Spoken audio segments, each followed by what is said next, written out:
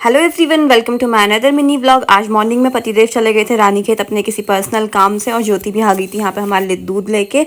और सारे काम किए जब तक दिवित 9 बजे याद सो गया था, क्योंकि सुबह 5:30 बजे उठ गया था।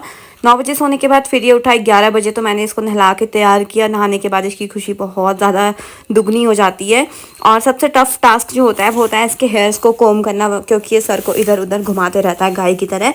तो बड़ी मुश्किल से बैठा था यहाँ पे, और इसने अपना यहाँ पे चार्ट फाड़ दिया था। इसके साथ गेम खेल रहा था, तब तक मैंने इसके हेयर स्टाइल किए। और जब तक ये सो रहा था, इसके लिए मैंने यहाँ पे खिचड़ी बना के भी रख दी थी। अब जब मैं इसके पास खिचड़ी लेके गई तो इसका मन खाने का हो नहीं रहा था, और ये खेलने में लगा हुआ था यहाँ पे मम्मी के चश्मे के साथ।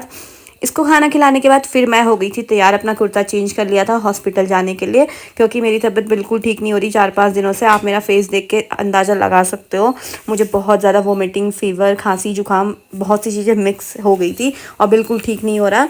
लेकिन जैसे ही मैं तैयार हुई उतने में ही इंद्रदेव बरस पड़े, और काफ़ी देर तक बारिश बंद नहीं हुई। तो तब तक मैं घर में ही थी।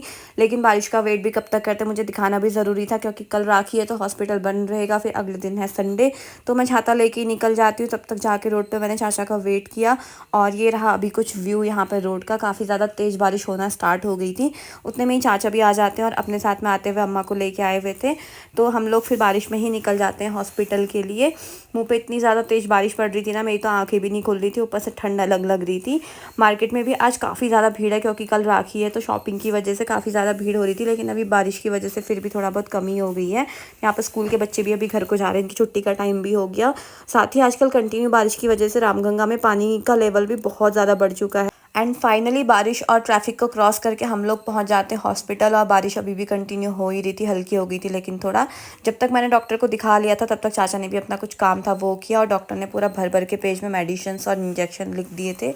यहाँ से मेडिसिन वगैरह लेने के बाद फिर हम लोग यहाँ पे, बारिश हो रही थी तो वेट कर रहे थे बस बारिश कम हो और हम लोग घर निकलें।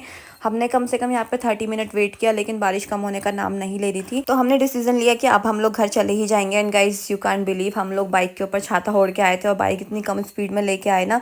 और दुकान में आके देखा कि मेरा पैर पता नहीं कब कट गया था, उससे ब्लड भी आ रहा था। और उतने में ही मुझे दिख जाते हैं एक पैदल यात्री, जो कि बारिश में भी अपनी यात्रा कंटिन्यू कर रहे हैं। घर आने के बाद सबसे पहले कपड़े चेंज किए, क्योंकि पूरा भीग गए थे। मम्मी ने खाना बना के रखा ही था कि हम लोगों ने आके खाना खाया। काम करने के बाद मैं आ गई थी रूम पर अपनी मेडिसिन्स लेके। और मुझसे कैप्सूल पूरे भी नहीं खाए जाते, मैंने हाफ हाफ करके खाती हूँ। उतने में ज्योति का एक पार्सल आ गया था, वो रिसीव किया।